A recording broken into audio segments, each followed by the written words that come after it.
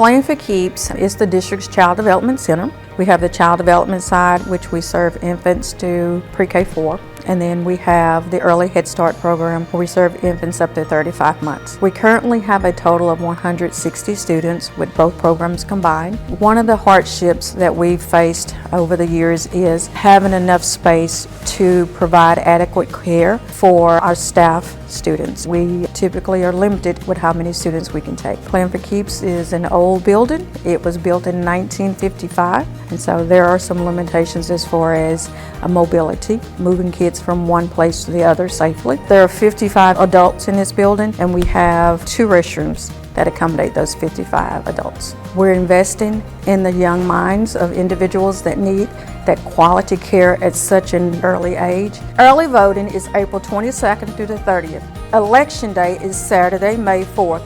Please get out and vote.